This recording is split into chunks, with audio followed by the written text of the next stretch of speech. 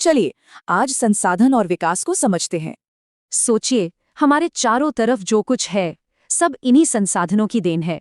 लेकिन क्या होगा अगर ये खत्म होने लगे? और ये कोई दूर का खतरा नहीं है। संसाधनों का अंधाधुंध इस्तेमाल एक बहुत बड़ा संकट बन चुका है। चलिए देखते हैं कैसे।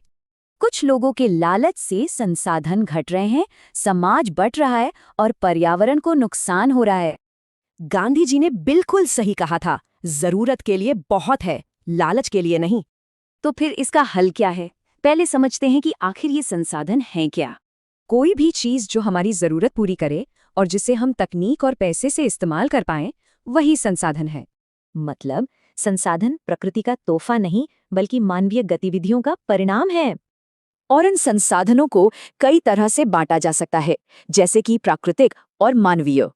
तो इस संकट और संसाधनों की समझ से हमें एक ही रास्ता दिखता है, यानी ऐसा विकास जो आज की जरूरतें भी पूरी करे और भविष्य से समझौता भी न करे। ये कोई नया आइडिया नहीं है। 1992 के रियो समिट तक दुनिया इस पर बात करती आ रही है। इसी रियो समिट में बना एजेंडा 21, जिसका मकसद था गरीबी, बीमारी और पर्यावरण को बचाना। चलिए अब बात करते हैं भारत की और यहाँ के सबसे अहम संसाधन यानी जमीन की। भारत का करीब 43% हिस्सा मैदान है, जो खेती और इंडस्ट्री के लिए बहुत जरूरी है। फिर आते हैं 30% पहाड़, जहां से नदियां निकलती हैं और जो टूरिज्म के लिए भी अहम है। और बाकी 27% पठारी इलाका, खनिजों और फॉसिल फ्यूल्स का खजाना है। ये तीनों मिलकर ही देश के विकास की नींव रखते हैं।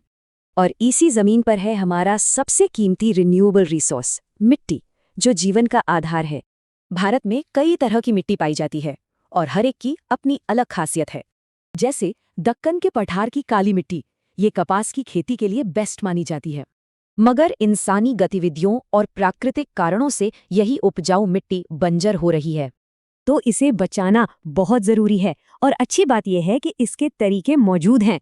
कंटूर प्लॉइंग, स्ट्रिप क्रॉपिंग और शेल्टर बेल्ट्स, ये कुछ कारगर तरीके हैं मिट्टी बचाने के। तो संसाधनों की प्लानिंग कोई विकल्प नहीं बल्कि हमारे अस्तित्व के लिए जरूरी है। सवाल ये है कि हम अपने साझे भविष्य को कैसे संभालेंगे।